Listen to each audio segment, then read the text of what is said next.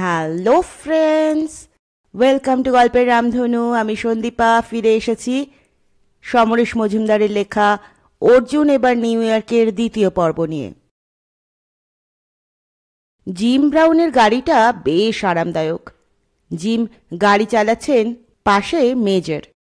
পিছনে বসে অর্জুন ভাবল, এত দামি গাড়ির মালিক হওয়া সত্ত্বেও জিম ড্রাইভার রাখেননি। গতবারই শুনেছিল অতিরিক্ত বিত্তবান না হলে এই দেশে কেউ ড্রাইভারের খরচ মেটাতে পারে না। ভারতবর্ষ হলে জিম কখনো ড্রাইভারের সিটে বসতেন না। এখন সন্ধে নাব্য করছে। এই সময় ডিনারের কথা জলপাইগুড়িতে অতি নিয়মনিষ্ঠ মানুষও ভাবেন না। সাহেবদের ব্যাপারই আলাদা। মধ্যরাতে খিদে নিশ্চয় ঘুম ভাঙাবে। আমেরিকায় গাড়ি চালানো কোনো কঠিন কর্ম নয়।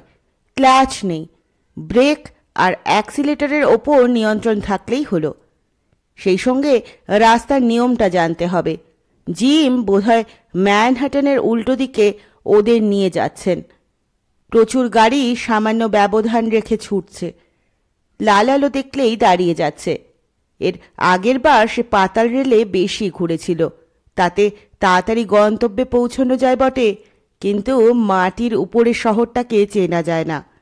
বড় রাস্তা থেকে গাড়ি চলে এলো সরু পথ ধরে, যেখানে একটা বিশাল লেক স্থির হয়ে দাঁড়িয়ে। গাড়ি থেকে নামতেই নিয়ন সাইন চোখে পড়ল, ওয়াটার ফ্রন্ট রেস্টুরেন্ট। জিম বললেন, চলো, এটা আমার প্রিয় জায়গা। ওয়েটাররা জিমকে চেনে। পরম সমাদরে কাচের দেওয়ালের পাশে সাজানো টেবিলে একজন নিয়ে গেল ওদের। কাচের ওপাশেই জল। বেশ চওড়া এই জলাশয়ের উপরে আলো জ্বলছে পরপর।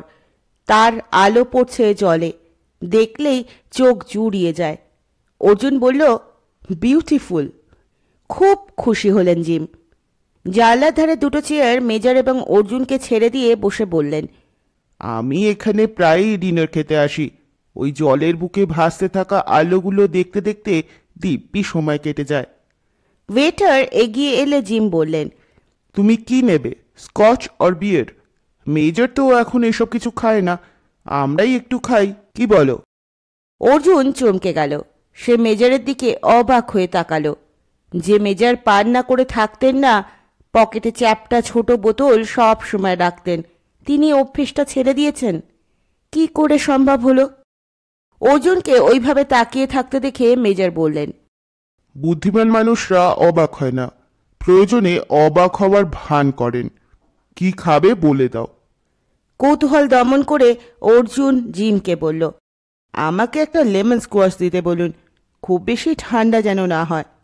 মাথা নেড়ে জিম ওয়েটারকে পানীয় এবং ডিনারের মেনু জানিয়ে বিদায় করে মেজরকে জিজ্ঞেস করলেন, আমি কি এখনই কাজের কথা শুরু করব? মেজর বললেন, দেরি করার কি কোনো কারণ আছে? জিম একটু ভাবলেন, তারপর বললেন, না, আগে ডিনারটাই আরাম করে খাওয়া যাক। আমি কাল সকালে ওর সঙ্গে কথা বলবো। তুমি কি আমার অফিসে আসতে পারবে? পকেট থেকে পার্স বের করে কার্ড এগিয়ে দিলেন জিম। নিশ্চয়ই, অর্জুন বলল। বাহ, তাহলে সকাল 11টায় চলে এসো। কার্ডে চোখ বুলিয়ে পকেটে রেখে দিল অর্জুন। ব্রুকলিনের ঠিকানা। জায়গাটা মেজরের বাড়ি থেকে কিভাবে যেতে হয় জেনে নিতে হবে। ডিনার যখন মাঝামাঝি অবস্থায়, তখন সেলফোন শব্দ করতে লাগলো। বেশ বিরক্ত হয়ে সেটটাকে অন করে ওদিকের কথা না শুনে জিম বললেন, আমি এখন ডিনার টেবিলে, খুব দরকার হলেই ঘন্টাখানেক পর কল করবেন। লাইনটা কেটে দিলেন জিম, কিন্তু সঙ্গে সঙ্গে আবার ওটা বেজে উঠল। জিম ফোনটা অন করলেন না। বেজেই চলেছে দেখে মেজর হাত বাড়িয়ে ওটা তুলে নিতে জিম বললেন, প্লিজ আমাকে কথা বলতে বলবে না। লোকটি অভদ্র, 1 ঘন্টা অপেক্ষা করতে পারলো না।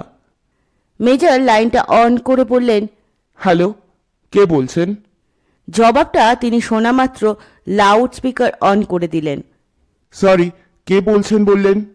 এবার গলা শোনা গেল, আমি সার্জেন্ট গোল্ডস্মিথ বলছি। আপনি এখনই আপনার বাড়িতে চলে আসুন। আপনার বাড়িতে একটা দুর্ঘটনা ঘটে গিয়েছে। শোনা মাত্র মেজরের হাত থেকে সেলফোন ছিনিয়ে নিয়ে জিম ব্রাউন উদ্বিগ্ন গলায় জিজ্ঞেস করলেন, কি হয়েছে? কি দুর্ঘটনা ঘটেছে? আপনি মিস্টার ব্রাউন? অফকোর্স, আমি জিম ব্রাউন। আপনার স্ত্রীকে গুরুতর আহত অবস্থায় হাসপাতালে ভর্তি করা হয়েছে। আমি আসছি, এখনই আসছি। অফিসার, ও বেঁচে আছে তো? এখনো পর্যন্ত আমরা কোনো খারাপ খবর পাইনি। সেলফোন অন করে অর্জুনের দিকে তাকালেন জিম। খুব নার্ভাস দেখাচ্ছিল তাকে। ন্যাপকিনে ঠোঁট মুছতে গিয়ে হাত কাঁপল।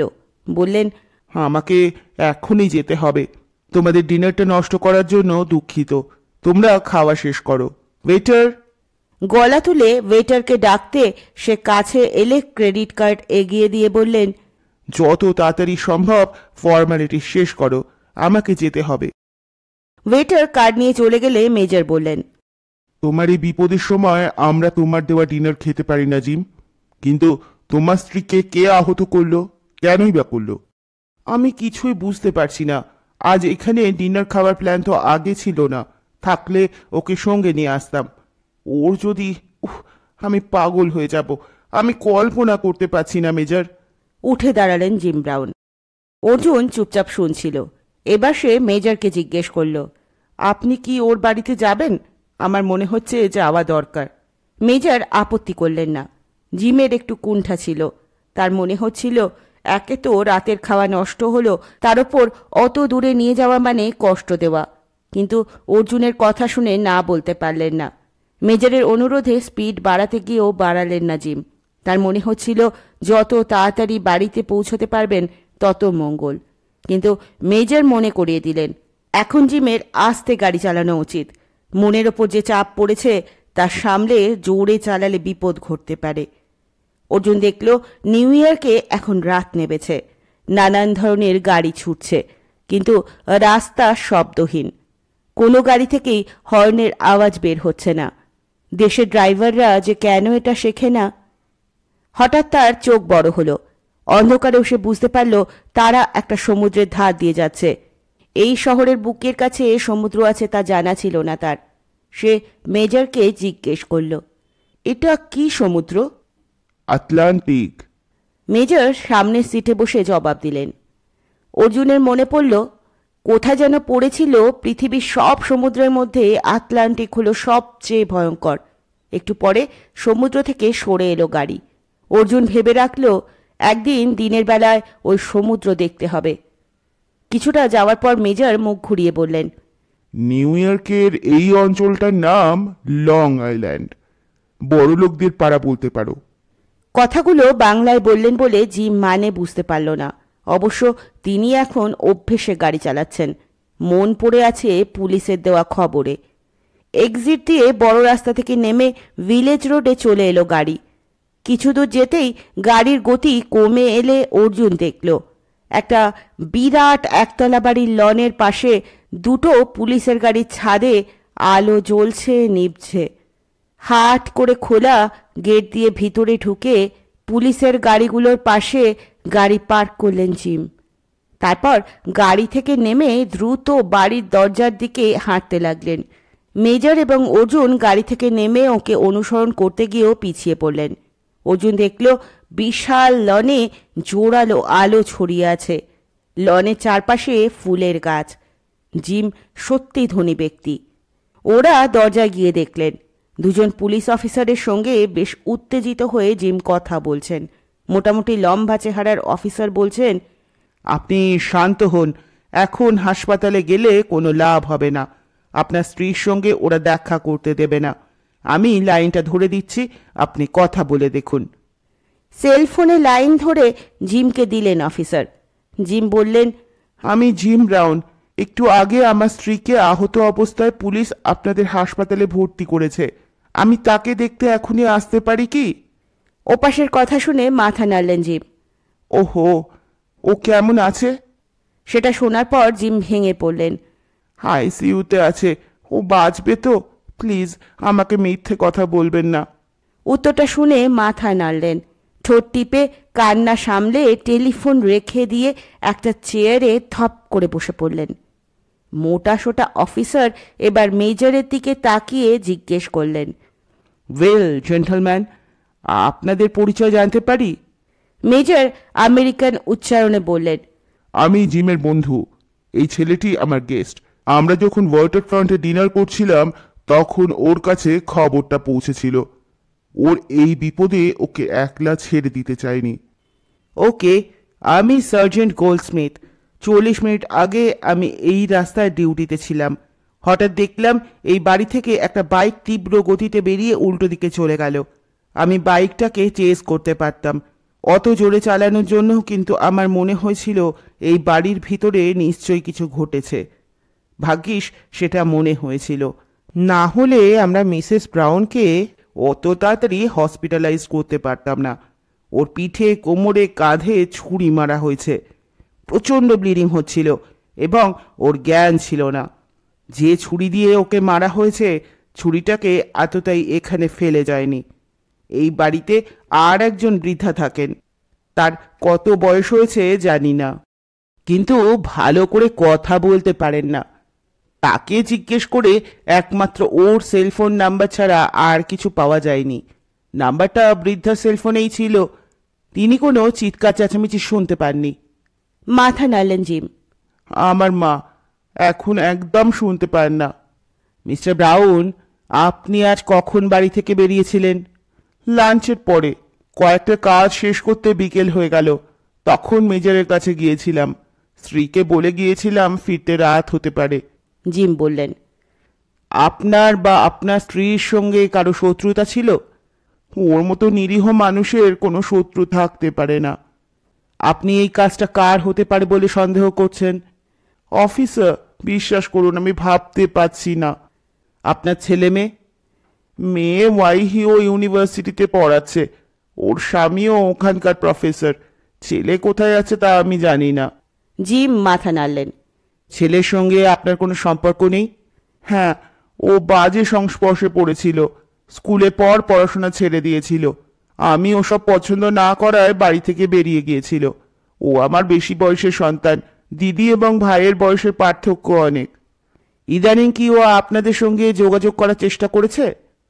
আমি জানি না, ওর মা আমাকে কিছু বলেনি। ওর একটা ফটো আমাদের চাই। না না, এখনই দিতে হবে না, কাল সকালে দিলেই হবে। বুঝতেই পারছেন, ওকেও কিছু প্রশ্ন করা দরকার। সার্জেন্টের কথা শুনে জিম মাথা নাড়লেন। কিন্তু ওর এখনকার ফটো তো এই বাড়িতে নেই। স্কুল থেকে বেরোবার সময় ওর মায়ের সঙ্গে ফটো তুলেছিল। সেই চেহারা নিশ্চয়ই বদলে গিয়েছে এতদিনে। সেটা যদি কাজে লাগে তাহলে দিতে পারি। সেটাই নেবেন জানিয়ে সার্জেন্ট আর সঙ্গী অফিসারকে নিয়ে বেরিয়ে গেলেন। পুলিশে দুটো গাড়ি গেট দিয়ে বেরিয়ে গেল। মেজর জিজ্ঞেস করলেন, মনে হলো তুমি ওদের সত্যি কথা বললেন না জিম? জিম চুপ করে থাকলেন। মেজর জিজ্ঞেস করলেন, হাসপাতাল কি বলল? একটু পরে ওর জ্ঞান ফিরবে বলে আশা করছে। জ্ঞান ফিরলে, কন্ডিশন স্টেবল হলে কাল সকালে অপারেশন করবে। আমাকে সকাল 6:30টার মধ্যে যেতে হবে। উফ, আমি ভাবতেই পারছি না। জিম উঠে দাঁড়ালেন। অর্জুন এতক্ষণে কথা বলল। আপনার স্ত্রীর সঙ্গে ছেলে কি কথা বলতো তা সত্যি আপনি জানতেন না? জিম অর্জুনের দিকে তাকালো। হ্যাঁ, জানতাম। আমি ওকে নিষেধ করেছিলাম ছেলের ফোন এলে না কথা বলতে। কেন? মেজর জিজ্ঞেস করলেন। টম চাইতো আমার অনুপস্থিতিতে মায়ের সঙ্গে দেখা করতে। দীর্ঘকাল দেখা না হওয়ায় আমার স্ত্রী ওর প্রস্তাবে দুর্বল হয়ে পড়ত। আমার জন্য কিছু বলতে পারতো না। কেন দেখা করতে চাইতো? অর্জুন জিজ্ঞেস করল। কেন আবার? মায়ের কাছ থেকে যদি $5-10,000 পাওয়া যায় তাহলে কিছুদিন মজায় কাটাতে পারবে। ও কি মায়ের কাছে টাকা চাইতো? আমি সন্দেহ করি, যদিও আমার স্ত্রী কখনো সেরকম কথা বলেনি। তাহলে আপনি কি মনে করেন ছেলেই তার মাকে ছুরি মেরেছে? আমি কি করে বলবো, তখন তো আমি সামনে ছিলাম না। মেজর চেয়ারে বসলেন। কিন্তু জিম, এসব কথা তুমি পুলিশকে বললে না কেন?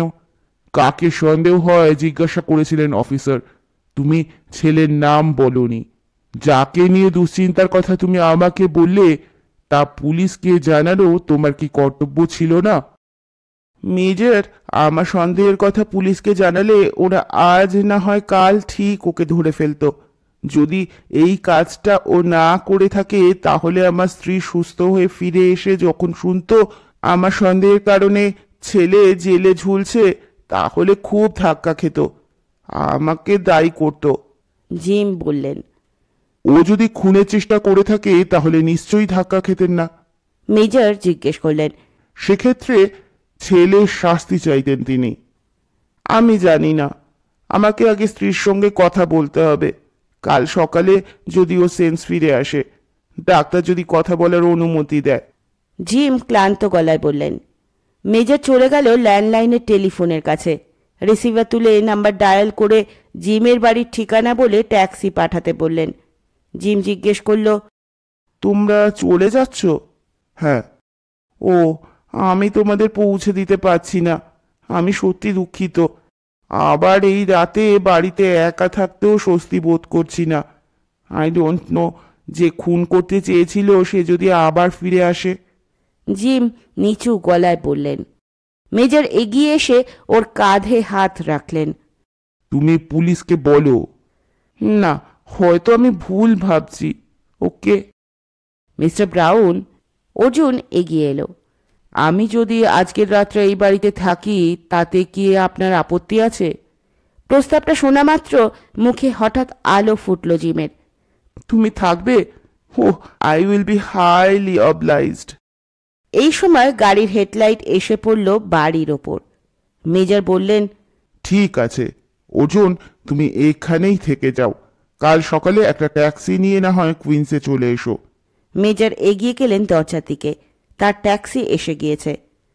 আমেরিকার বাড়িগুলোর দেওয়াল ইটের নয়, পাতলা কাঠের। বাড়ির দরজাও পলকা, ঠেললে খুলবে না, কিন্তু একটু বেশি শক্তি প্রয়োগ করলে প্রতিরোধ করতে পারবে না। ধরেই নেওয়া হয় দরজা বন্ধ দেখেও যারা বেশি শক্তি প্রয়োগ করে তারা অপরাধী। এই কারণে দরজায় জানলায় অ্যালার্ম লাগানো হয়। শক্তি প্রয়োগ করলেই যন্ত্র এমন জানান দেয় যে প্রতিবেশীরা তো বটেই, পুলিশও ছুটে আসে। এদেশে বাড়ি তৈরি হয় বড়জোর 60 বছরের জন্য। একজন 30 বছর বয়সী মানুষ সেই বাড়ি কিনলে গোটা জীবন চমৎকার কাটিয়ে দিতে পারে। কখনো ছেলে মেয়ে নাতির কথা ভেবে শক্তপোক্ত বাড়ি তৈরির কথা ভাবা হয় না। দরজা বন্ধের পর অ্যালার্ম চালু করে দিয়ে জিম জিজ্ঞেস করলেন, ফ্রিজে কিছু খাবার আছে, তাই গরম করে দিই। তোমার তো ডিনার অর্ধেকও করা হয়নি। অর্জুন মাথা নাড়ল। এখনই দরকার নেই। বেশ, এই বাড়িতে বেডরুম 4টে, নিচে গেস্ট রুম, লিভিং রুম, হল, কিচেন। এসো আমার সঙ্গে। জিম একটা ছোট সিঁড়ি বেয়ে ওপরে উঠলেন, পিছনে অর্জুন। মাঝখানে সুন্দর কার্পেট মোড়া ফাঁকা ঘর, দুপাশে 4টে বেডরুম। বাঁ দিকের শেষ দরজাটা খুললেন জিম। ভিতর থেকে অদ্ভুত আওয়াজ ভেসে এলো। দরজায় দাঁড়িয়ে অর্জুন দেখল জিম গিয়ে বসেছেন বিছানার এক পাশে, আর তাকে দুহাতে জড়িয়ে ধরে এক বৃদ্ধা কেঁদে কেঁদে কিছু বলছেন।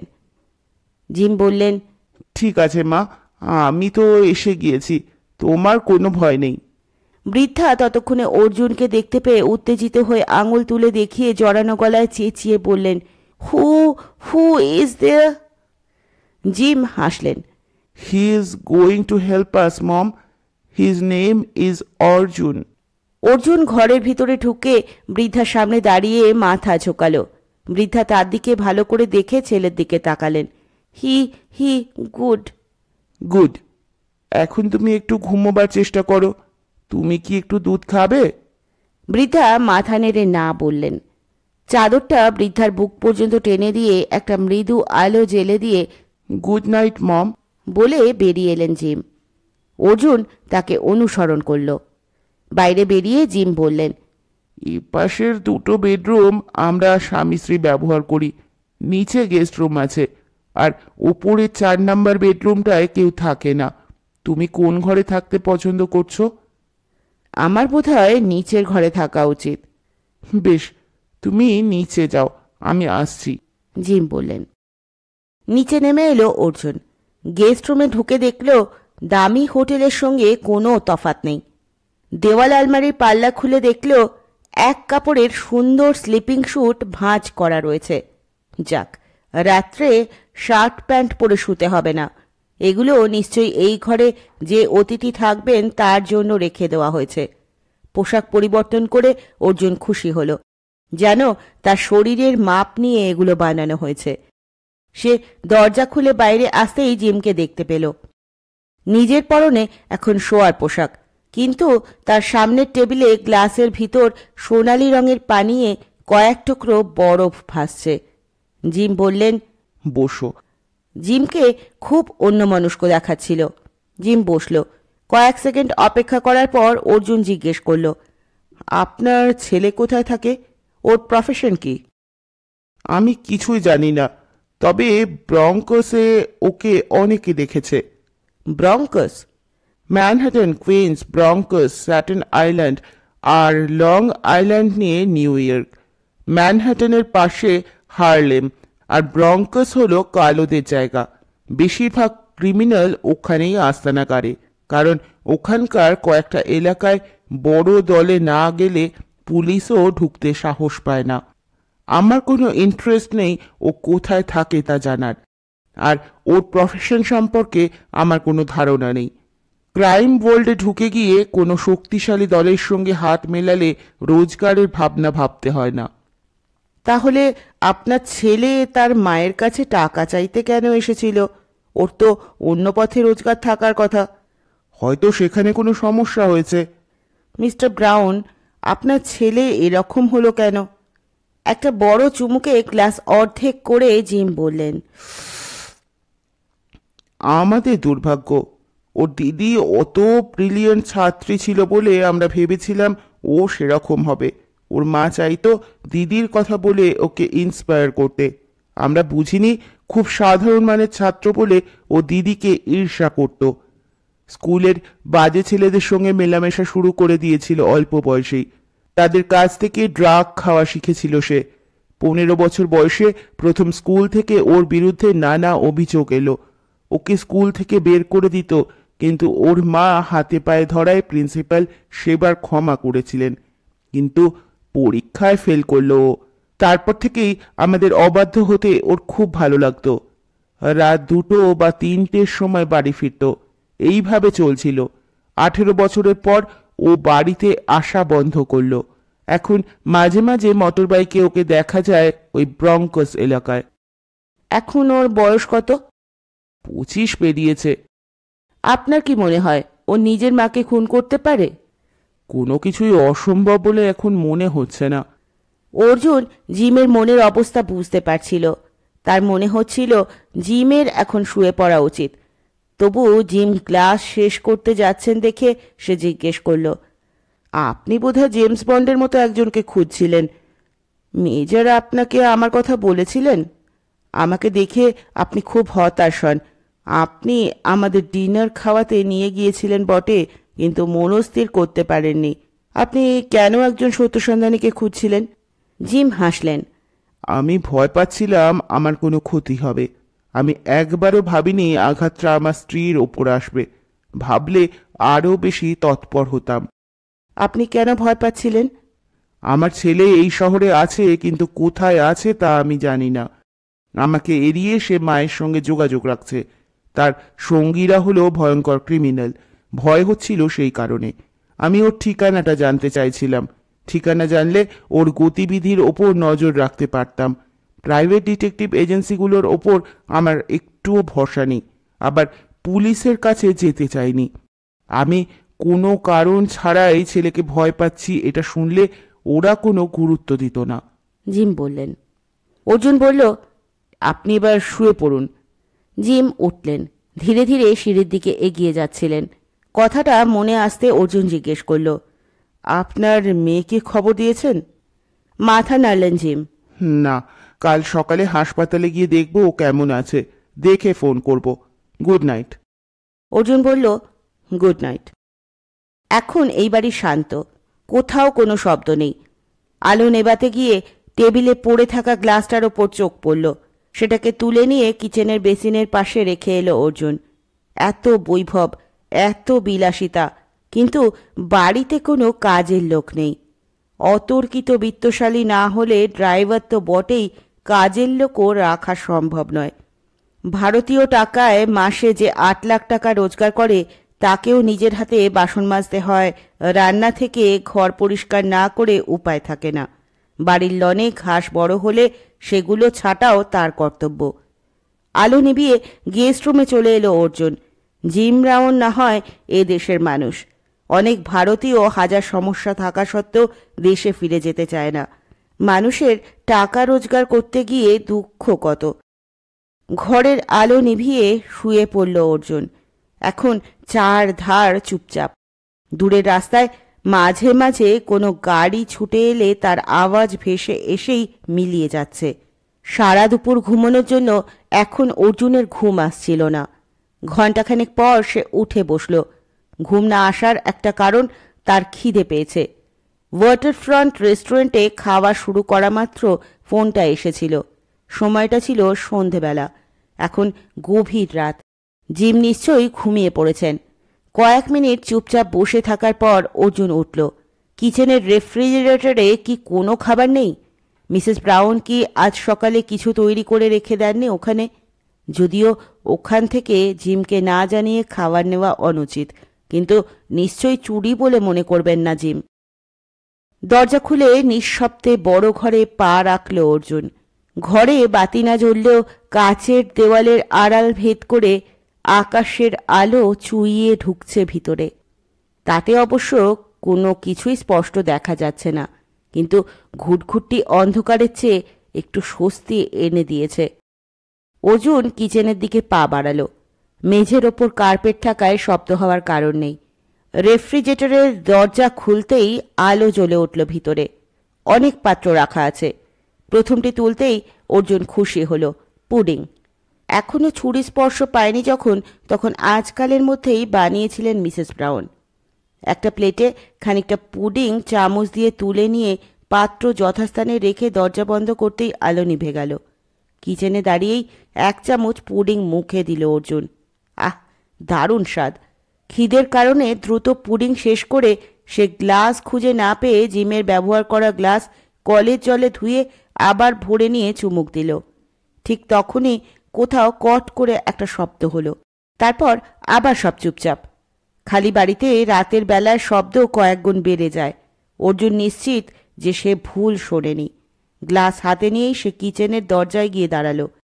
ঘর যেমন ছিল ঠিক তেমনই আছে। কাচের দেওয়ালের ওপাশে গোটানো পর্দা, তাই বাইরের লন আবছা দেখা যাচ্ছে। এই সময় দ্বিতীয়বার কট শব্দটা হলো। অর্জুন দরজার দিকে তাকালো। শব্দটা হচ্ছে দরজার ওপাশে। এটা হাওয়ার ধাক্কা নয়। সে পা টিপে টিপে দরজার এপাশে চলে আসা মাত্র তৃতীয়বার শব্দটা হলো। দরজার গায়ে তালার চাবি বা ওই জাতীয় কিছু ঢুকিয়ে কেউ খোলার চেষ্টা করছে, কিন্তু জিম এদিকে লকটা নামিয়ে দেওয়ায় চাবি কাজ করছে না। কি করা যায়? লক তুলে দরজা চটপট খুললেই আগন্তুককে দেখা যাবে। লোকটি নিশ্চয়ই সেটা পছন্দ করবে না। সঙ্গে অস্ত্র থাকলে অর্জুনকে আঘাত করবেই। বোকামি করার কোনো মানে হয় না। অর্জুন ধীরে ধীরে কাচের দেওয়ালের পাশে ঝুলে থাকা পর্দার আড়ালে গিয়ে দাঁড়ালো। একটু ঝুঁকতেই বারান্দায় দাঁড়ানো লোকটির ঝাপসা মূর্তি দেখতে পেল সে। লোকটি তার দিকে পিছন ফিরে দাঁড়িয়ে আছে। মুখ দেখা যাচ্ছে না, কিন্তু লোকটি যে বেশ লম্বা তাতে কোনো সন্দেহ নেই। এবার দরজায় আলতো টোকা দিল লোকটি। কয়েক সেকেন্ড অপেক্ষা করে আবার টোকা দিল, এবার একটু জোরে। তারপর অর্জুনকে অবাক করে চাপা গলায় ডাকল, মম, মম। এতক্ষণ অর্জুন লোকটিকে জিম ব্রাউনের ছেলে বলে ধারণা করেছিল। মাকে খুন করার চেষ্টা করেও নিশ্চয়ই অন্য কোনো মতলবে ফিরে এসেছে। কিন্তু মম ডাক শুনে অর্জুনের মনে হলো এতক্ষণ তারা পুরোটাই ভুল ভেবে নিয়েছিল। লোকটি যখন এই বাড়ির দরজায় এসে মা বলে ডাকছে, তখন মিসেস ব্রাউনের হাসপাতালে যাওয়ার ঘটনাটা ওর জানা নেই।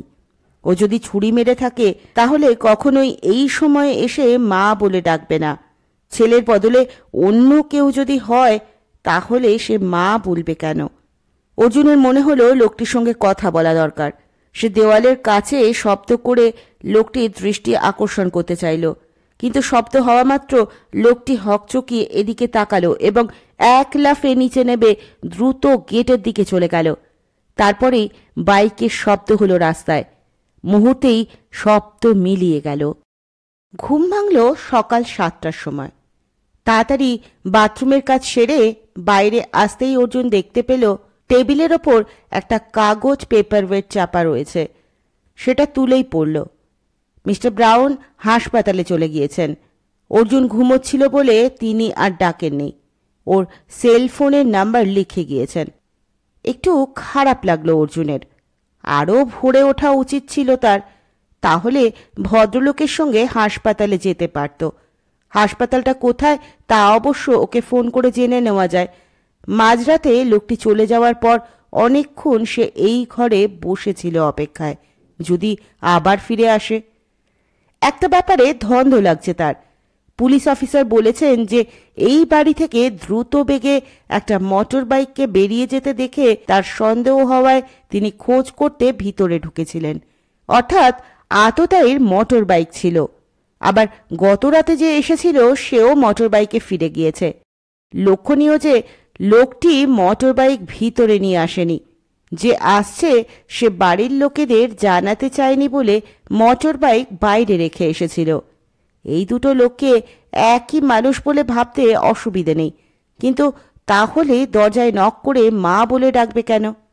দ্বিতীয়ত, প্রথমে চাবি দিয়ে দরজা খুলতে চেষ্টা করেছিল লোকটি, তার মানে এ বাড়ির সদর দরজার চাবি তার কাছে আছে। পেল কি করে? জিম নিশ্চয়ই সেটা দেবেন না। অবশ্য এক ফাঁকে এসে বন্ধ দরজায় চাবির গর্তের ছাঁচ নিয়ে নতুন চাবি তৈরি করে নেওয়া যায়, কিন্তু লোকটি দরজায় নক করছিল, সাড়া না পেয়ে মা বলে ডেকেছিল। অত রাতে দরজায় নক করলে নিশ্চয়ই মিসেস ব্রাউন সাড়া দিয়েছেন এর আগে। মা ডাক শুনে নিশ্চয়ই দরজা খুলে দিয়েছেন। সেই কারণেই লোকটি নক করছিল, মা বলে ডেকেছিল। হিসেব মিলছে না। কিচেনে ঢুকলো সে। ইলেকট্রিক কেটলিতে চায়ের জল বসিয়ে দিয়ে দুধ, চিনি, চায়ের সন্ধান করতে লাগলো। সেগুলো পাওয়ার পর খেয়াল হলো জিম ব্রাউনের মায়ের কথা। ভদ্রমহিলা কি এখনো ঘুমোচ্ছেন, নাকি বেরোবার আগে জিম ওকে চা খাইয়ে গিয়েছেন? তবু 2 কাপ চা তৈরি করে দুধ, চিনি একটা ট্রেতে তুলে সে দোতলায় চলে গেল। জিমের মায়ের ঘরের দরজা ঈষৎ খোলা। সেখানে দাঁড়িয়ে অর্জুন জিজ্ঞেস করল, ভিতরে আসতে পারি? ভিতর থেকে জড়ানো শব্দ বাইরে এলো। একটু অপেক্ষা করে অর্জুন ভিতরে ঢুকল। জিমের মা বিছানায় আধ শোয়া অবস্থায় রয়েছেন। তার পিঠের নিচে 3টে বালিশ রাখা, একটা চাদর কোমর পর্যন্ত ঢেকে রেখেছে। গুড মর্নিং, আমি অর্জুন। পাশের টেবিলে ট্রে রাখল সে। সেদিকে তাকালেন বৃদ্ধা। ধীরে ধীরে তার মুখে হাসি ফুটল। আসুন, আমরা চা পান করি। আপনি চিনি খান? বৃদ্ধা মাথা নেড়ে না বললেন। শুধু লিকার? মাথা নেড়ে হ্যাঁ বোঝালেন বৃদ্ধা। তারপর ইশারায় যে বস্তুটিকে দেখালেন তা দেখে অর্জুন চমৎকৃত।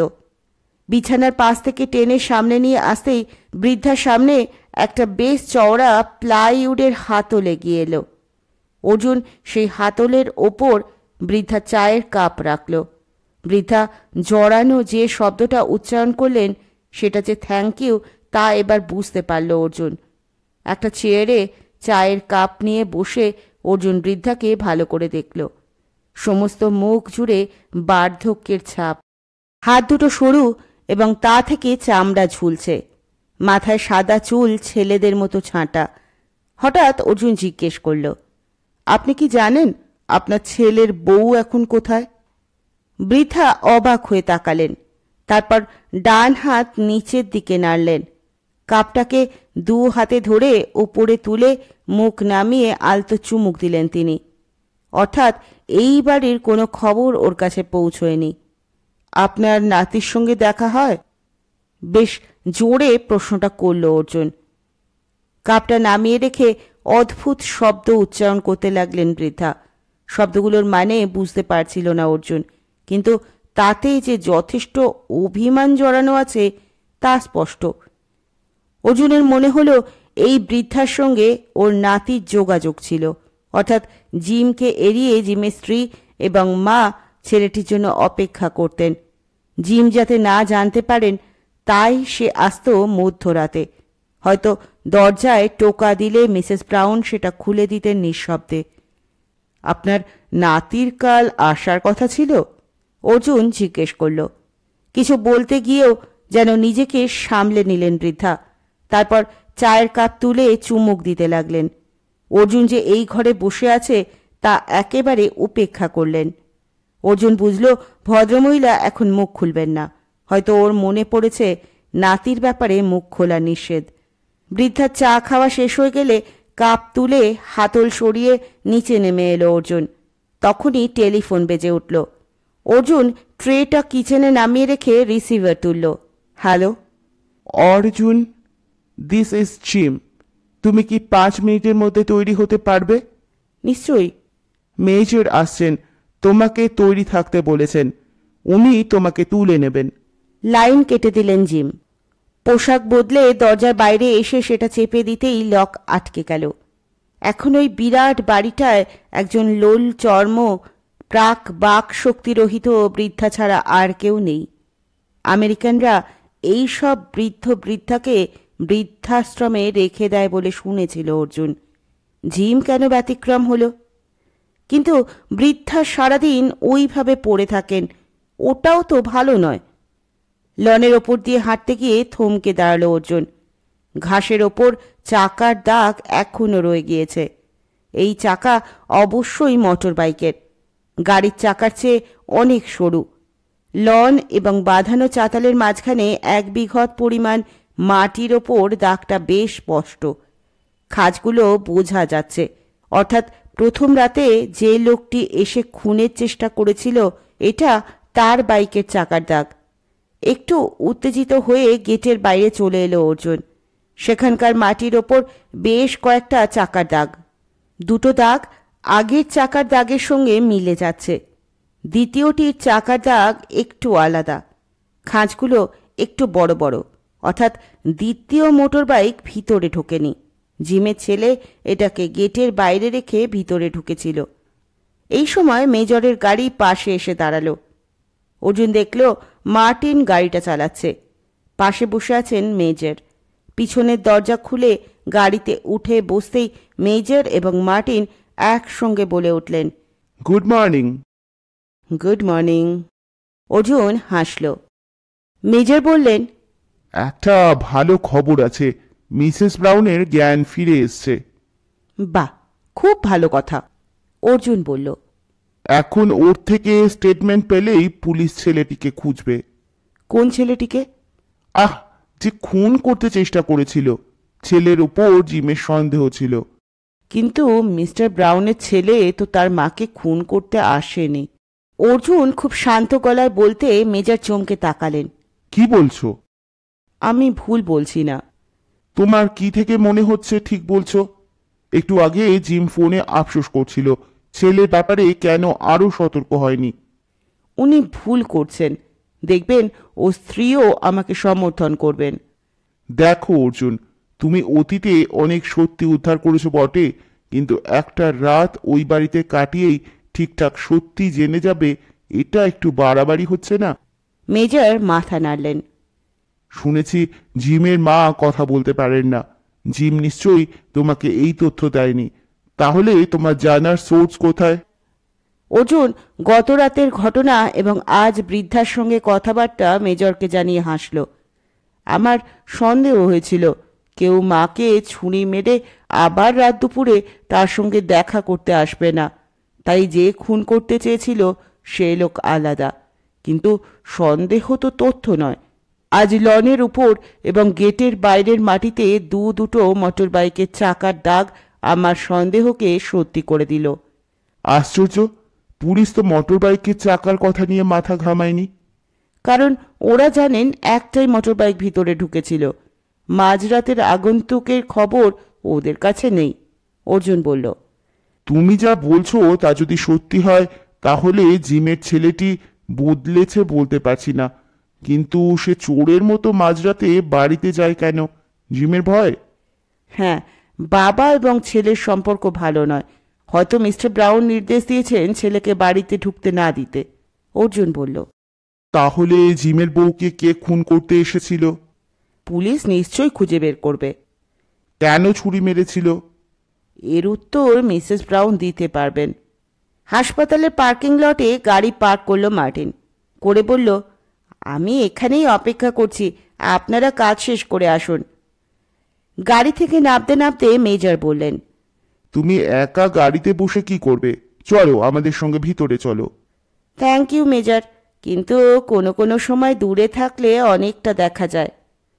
কথা না বাড়িয়ে মেজর হাঁটতে লাগলেন। সঙ্গী হলো অর্জুন। হাসপাতালের রিসেপশনিস্ট জানালেন মিসেস ব্রাউনের জ্ঞান ফিরে এসেছে, কিন্তু তাকে কথা বলতে দেওয়া হবে না। বিকেলের দিকে কন্ডিশন নর্মাল হলে উনি কথা বলতে পারবেন। মিস্টার ব্রাউন যেহেতু বয়স্ক মানুষ, তাই তাকে অ্যালাউ করা হয়েছে স্ত্রীর পাশে যেতে, কিন্তু তিনি কোনো কথা জিজ্ঞেস করতে পারবেন না। একটু পরেই মিসেস ব্রাউনকে ওটিতে নিয়ে যাওয়া হচ্ছে অপারেশনের জন্য। এ ব্যাপারে ভয়ের কিছু নেই। মিস্টার ব্রাউনের জন্য অপেক্ষা করা ছাড়া কিছু করার নেই। মেজর বললেন, চলো কফি খেয়ে আসি। যদি সেই সময় মিস্টার ব্রাউন বেরিয়ে যান? ও জানে আমি আসছি, তাই অপেক্ষা করবে। তাহলে চলুন, কিন্তু শুধু কফি নয়, খুব খিদে পেয়েছে। হসপিটাল ক্যান্টিনে ঢুকে অর্জুনের মনে হলো জলপাইগুড়িতে এর কাছাকাছি মানের কোনো খাবার দোকান নেই। ছোট ছোট রঙিন টেবিল চেয়ার, কাউন্টারের ওপাশে সুন্দরী সেলস গার্ল, তাদের পিছনে ইলেকট্রনিক বোর্ডে কি কি খাবার পাওয়া যাবে এবং তাদের দাম লেখা রয়েছে। সেদিকে তাকিয়ে মেজর বললেন, এখনো 20 মিনিট বাকি আছে। এরা একটা স্পেশাল ব্রেকফাস্ট দেয় যার দাম 20 মিনিট পরে দ্বিগুণ হয়ে যাবে। তুমি ওই টেবিলে গিয়ে বসো, আমি নিয়ে যাচ্ছি। আপনি নেবেন কেন? আহ অর্জুন, এটা তোমার ভারতবর্ষ নয়। এখানে পরিশ্রম করলে বৃদ্ধরাও নিজেকে যুবক ভেবে খুশি হয়। যাও।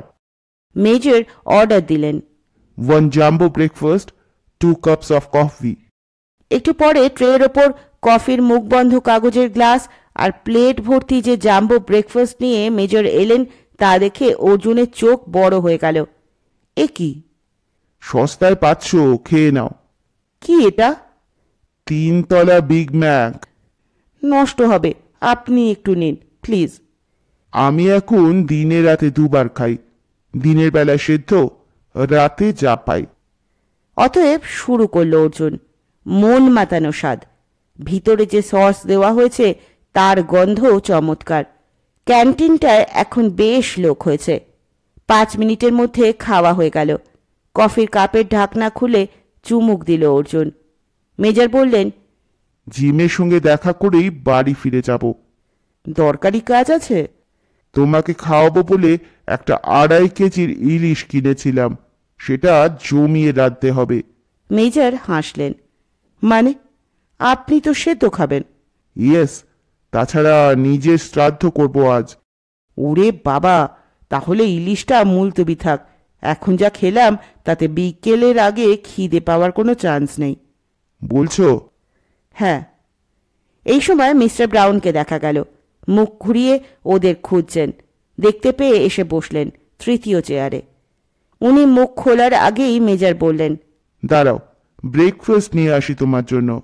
না, just a cup of coffee. ছাড়ো তো, কাল থেকে তো না খেয়ে আছো। মেজর উঠে গেলেন।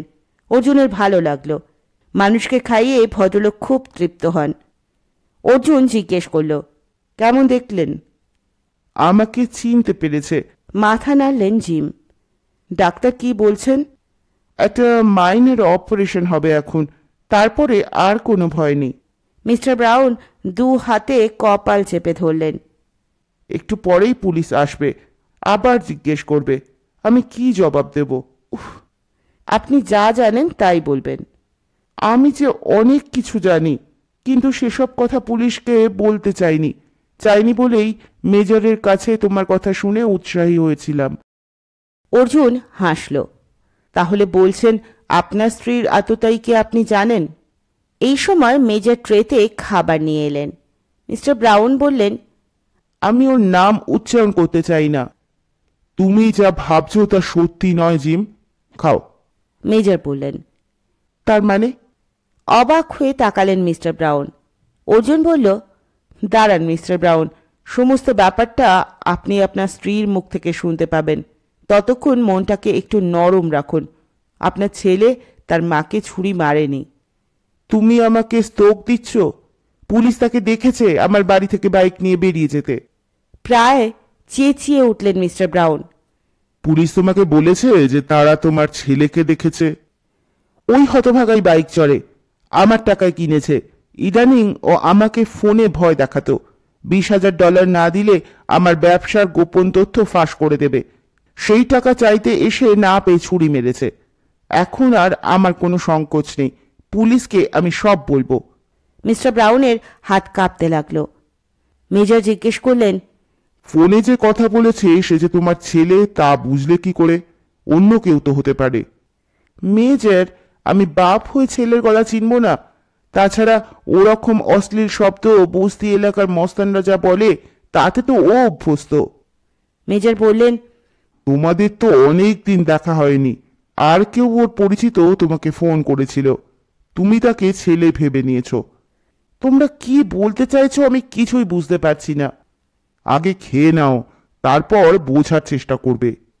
মিস্টার ব্রাউন খাবারের ট্রের দিকে তাকালেন, তারপর কফির কাপ তুলে নিলেন।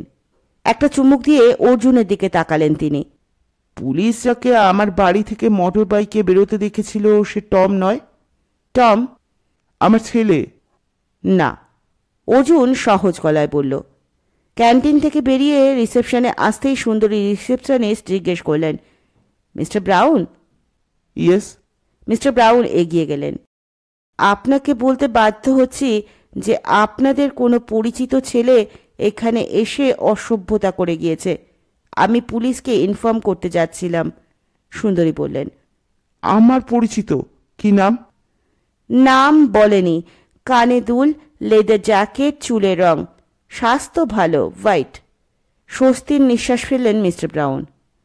না, এরকম কাউকে আমি চিনি না। আশ্চর্য ব্যাপার, ছেলেটি এসে বলল কাল রাতে মিসেস ব্রাউন ভর্তি হয়েছিলেন, তাকে কি মর্গে নিয়ে যাওয়া হয়েছে? আমি অবাক হয়ে জানালাম তিনি মর্গে যাবেন কেন, তার অপারেশন চলছে। ও একটা বিশ্রী গালি দিয়ে চলে গেল। বিশ্বাস করুন, এরকম কেউ আমার পরিচিত নেই। আপনার স্ত্রী বেঁচে আছেন শুনে ও যেন দুঃখিত হয়েছিল। আপনি পুলিশকে বললেন না কেন? হয়তো সেই ছেলেটিই আততায়ী। আমি সিকিউরিটিকে বলেছিলাম ওকে আটকাতে, কিন্তু ও ততক্ষণে বাইক চেপে বেরিয়ে গিয়েছে। আপনি অপেক্ষা করুন, পুলিশের সাহায্য আপনার দরকার হবে। মিসেস ব্রাউনের অপারেশন শেষ হওয়ার পর জানা গেল আর উদ্বেগের কারণ নেই। মেজর বিকেলবেলায় আবার আসবেন বলে অর্জুনকে নিয়ে বেরিয়ে এলেন। তাদের দেখে মার্টিন প্রায় দৌড়ে এলো। কি হয়েছিল? কি হয়েছিল মানে?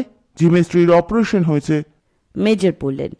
ও নো, ব্রঙ্কাসে যে ছেলেদের দেখা যায় তাদের মতো দেখতে একজন হসপিটাল থেকে বেরিয়ে আসতেই সিকিউরিটি দুটো লোক দৌড়ে এলো ওকে ধরতে। ছেলেটি বাইকে উঠে যেভাবে বেরিয়ে গেল তা শুধু সিনেমায় দেখা যায়। আমি সিকিউরিটির লোক দুটোকে জিজ্ঞেস করলাম কি হয়েছে, ওরা উত্তর দিল না। এই ছেলেগুলো খুব ভয়ঙ্কর। মার্টিন বলল। ওকে আবার দেখলে চিনতে পারবেন? অর্জুন জিজ্ঞেস করল। নিশ্চয়, বেশ জোরের সঙ্গে বলল মার্টিন। ব্রঙ্কাসের ছেলেদের আপনি চেনেন? না, আমি চিনতে চাই না, ওদের মানুষ বলে মনে করি না আমি। ওরা আপনার মতে কি? নরকের কীট, মার্টিন বলল। মেজর হাসলেন। চলো বাড়ি যাওয়া যাক, আমার অনেক কাজ বাকি আছে। বাড়ি ফিরে স্নান সেরে মার্টিনকে নিয়ে বেরিয়ে যাওয়ার আগে মেজর জিজ্ঞেস করলেন, সত্যি তোমার লাঞ্চ খাওয়ার ইচ্ছে নেই? একদম সত্যি, যা খাইয়েছেন তার ভার এখনো বইছি। বেশ, তবু যদি খিদে পায় ফ্রিজে টুকটাক পেয়ে যাবে। আমি 4টের মধ্যে ফিরে আসব। আর এই নাও নিচে দরজার ডুপ্লিকেট চাবি। বিশ্রাম নিতে না চাইলে আশেপাশে ঘুরে এসো। মেজররা চলে গেলেন। মেজর কোথায় যাচ্ছেন তা জিজ্ঞেস করেনি অর্জুন। নিশ্চয়ই কোনো ব্যক্তিগত কাজে যাচ্ছেন। তার মনে পড়ল মেজর বলেছিলেন আজ শ্রাদ্ধ করব নিজের, দাড়ি কামাবো। নিশ্চয়ই কথাগুলো রসিকতা করে বলেছেন। ব্যালকনিতে গেল অর্জুন। কাঠবিড়ালিরা ফুটপাতে গাছে নিজেদের খেলা খেলে যাচ্ছে। মাঝে মাঝে প্রাইভেট কার ছুটে যাচ্ছে সামনের রাস্তা দিয়ে। তারপরেই শব্দহীন হয়ে যাচ্ছে এই পাড়া। আশেপাশের বাড়িগুলোর জানলা দরজা বন্ধ। একজন প্রৌঢ়া মহিলা চেনে বাঁধা কুকুরকে নিয়ে ফুটপাতে হাঁটছেন অলসভাবে। আকাশের দিকে তাকালো অর্জুন। জলপাইগুড়ির আকাশের সঙ্গে নিউ ইয়র্কের আকাশের কোনো পার্থক্য নেই, যত পার্থক্য মাটিতেই। হঠাৎ খেয়াল হলো এখানে আসার পর মাকে পৌঁছনোর খবরটা দেওয়া হয়নি। মেজরের অনুমতি না নিয়ে ফোন করাটা উচিত কাজ হবে না। আধ ঘন্টা শুয়ে বসে কাটিয়ে অর্জুন ঠিক করলো আশেপাশের এলাকাটা ঘুরে দেখতে। দরজা টেনে দিতেই বন্ধ হয়ে গেল। চাবি পকেটে নিয়ে সে হাঁটতে লাগলো। ছবির মতো বাড়ি, কিন্তু এই দুপুরে সেগুলোকে জনশূন্য বলে মনে হচ্ছে। রাস্তাটা ধীরে ধীরে উপরে উঠছে। বাঁক নিতেই বেশ কিছু দোকান এবং অফিস দেখতে পেল। মানুষজন দরকারে এসেছে, এখানে কেনাকাটা করছে, কাজ সারছে। একটা কফির দোকান চোখে পড়ল। পকেটে ডলারগুলো আছে। এখানে কফির দাম নিশ্চয়ই খুব বেশি হবে না। কফি নিয়ে গোল টেবিলে বসল অর্জুন। $1 নিল। দেশে 40 টাকা দিয়ে সে নিশ্চয়ই 1 কাপ কফি খেত না। না, 40 টাকাকে এখন থেকে 1 টাকা বলে ভাবতে হবে। কফির দোকানে জনা 5 লোক বসে কফি খাচ্ছে। ঠিক পাশের টেবিলে একটা গোফওয়ালা শক্তপোক্ত মানুষ একটি তরুণকে খুব বোঝাচ্ছে, কিন্তু তরুণটি সমানে মাথা নেড়ে যাচ্ছে। শেষ পর্যন্ত গুফো লোকটি বিরক্ত হয়ে ছেলেটিকে হাত নেড়ে কিছু বলতে ছেলেটি যেন পালিয়ে বেঁচে গেল। যেহেতু ওরা ইংরেজিতে কথা বলছিল না, তাই অর্জুন কিছুই বুঝতে পারেনি।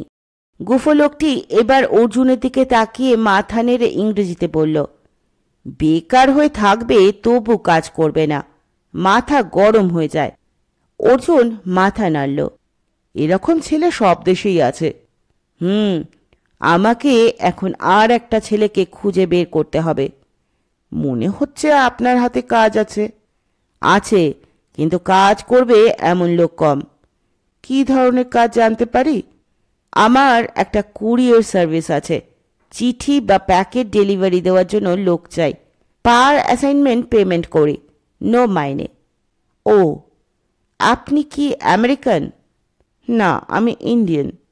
অনেক ইন্ডিয়ান এখানকার সিটিজেনশিপ নিয়ে আমেরিকান হয়ে গিয়েছে। তা আপনি এই দেশে কবে এসেছেন? গতকাল।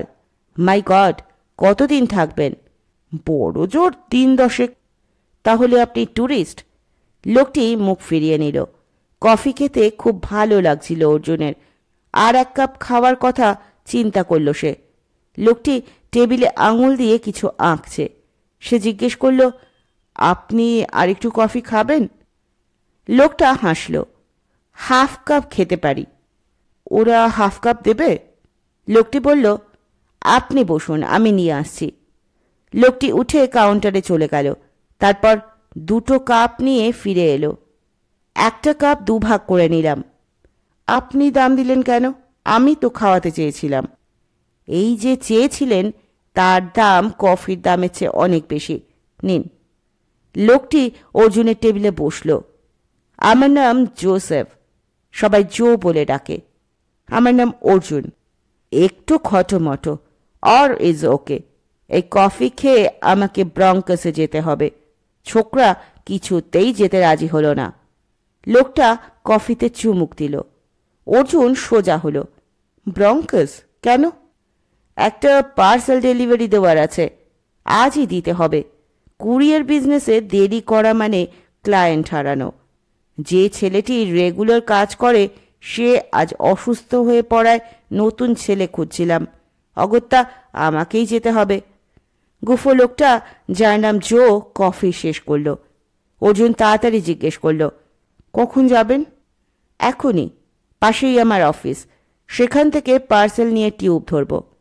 কতক্ষণ লাগবে যেতে আসতে? 1 ঘন্টা 3। আমি যদি আপনার সঙ্গে যাই তাহলে আপত্তি আছে? আপনি যাবেন কেন? আমি কখনো ব্রঙ্কস দেখিনি। ওটা মোটেই দেখার জায়গা নয়। তবু অনেক কথা শুনেছি। গুফো জো একটু ভাবল, তারপর বলল, আপনাকে কোনো পারিশ্রমিক দিতে পারবো না। টিউবের টিকিটও আপনাকেই কাটতে হবে। অর্জুন উঠে দাঁড়ালো। ঠিক আছে। জোয়ের অফিসটা খুব ছোট, কোনো কর্মচারী নেই। তালা খুলে পার্সেলটা নিয়ে আবার তালা বন্ধ করে মাথা নাড়ল জো। মিনিট 7 হেঁটে টিউব স্টেশনে পৌঁছে গেল ওরা।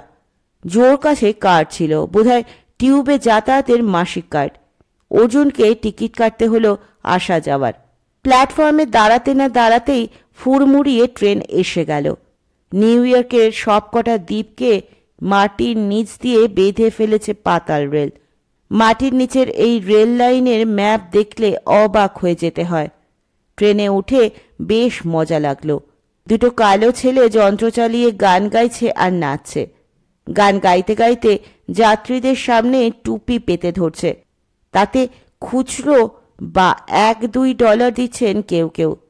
ছেলে দুটোর পোশাক এবং ভঙ্গি দেখলে হিন্দি সিনেমার অভিনেতা বলে মনে হবে। অর্জুনের মজা লাগছিল। পশ্চিমবাংলার গ্রামগঞ্জের বাসে ভোলামোহন বলে চিৎকার করে যারা একতারা বাজিয়ে গান গায় তাদের সঙ্গে এদের মূলত কোনো পার্থক্য নেই। শুধু এই, কালো সাহেব গাইয়ে ভিখিরিদের স্মার্টনেস দেশের ভিক্ষুকরা কোনোদিন রপ্ত করতে পারবে বলে মনে হয় না। পাশাপাশি বসেছিল জো আর অর্জুন। স্টেশনে ট্রেন থামছে, আবার ছুটছে। একসময় গাইয়েরা নেমে গেল। হঠাৎ জো জিজ্ঞেস করল, আপনি দেশে কি করেন? অর্জুন একটু ভাবল, তারপর এমন ভান করল যেন ট্রেনের চাকার শব্দে শুনতে পায়নি। জো এবার একটু গলা তুলে প্রশ্নটা করল। অতএব উত্তরটা দিতেই হলো। শুনে চোখ বড় হয়ে গেল জোর। মাই গড, আপনি ডিটেকটিভ? অর্জুন হাসল। না, আমি সত্য সন্ধানী। মিথ্যের আড়ালে চাপা পড়ে থাকা সত্যিটাকে খুঁজে বের করার চেষ্টা করি। এটা আপনার প্রফেশন? মাথা নাড়ল অর্জুন। হ্যাঁ, ডিটেকটিভ হন বা না হন, এই সব মানুষ অকারণে সময় নষ্ট করেন না। আপনি ওই কফির দোকানে নিশ্চয়ই কিছুর খোঁজে এসেছিলেন। জো জিজ্ঞেস করল। বিশ্বাস করুন, সময় কাটাতে ওখানে ঢুকেছিলাম। আমার পরিচিত এক বৃদ্ধ ভদ্রলোকের আমন্ত্রণে নিউ ইয়র্কে এসেছি। এখানে আমি শুধু ট্যুরিস্ট। অর্জুন হাসল। কিন্তু আপনার তো বেশি বয়স নয়। বোধহয় সেটাই আমার সুবিধে। ও, কিন্তু আমি ব্রঙ্কস যাচ্ছি শুনে আপনি সঙ্গে যেতে চাইলেন কেন? যদি আমাকে কুইন্সে যেতে হতো তাহলেও কি উৎসাহ দেখাতেন? না। তার মানে ব্রঙ্কসের ব্যাপারে আপনার বিশেষ আগ্রহ আছে। কেন? শুনেছি ওখানে কুখ্যাত অপরাধীরা ঘোরাফেরা করে। পুলিশের সঙ্গে প্রায়ই তাদের মারপিট হয়। জায়গাটা দেখার ইচ্ছে হলো। অর্জুন বলল, আপনাকে একটা উপদেশ দিচ্ছি, ভুলেও ওখানে গিয়ে নিজের পরিচয় দেবেন না, তাহলে আপনি আর ফিরে আসতে পারবেন না। জো বলল, মনে থাকবে। অর্জুন মাথা নাড়ল। শুনছিলেন সমরেশ মজুমদারের লেখা অর্জুন এবার নিউ ইয়র্কের দ্বিতীয় পর্ব। তাহলে আজ এখানেই শেষ করছি। খুব তাড়াতাড়ি ফিরব তৃতীয় পর্ব নিয়ে। ততক্ষণ পর্যন্ত সকলে ভালো থাকবেন, সুস্থ থাকবেন, আনন্দে থাকবেন। নমস্কার।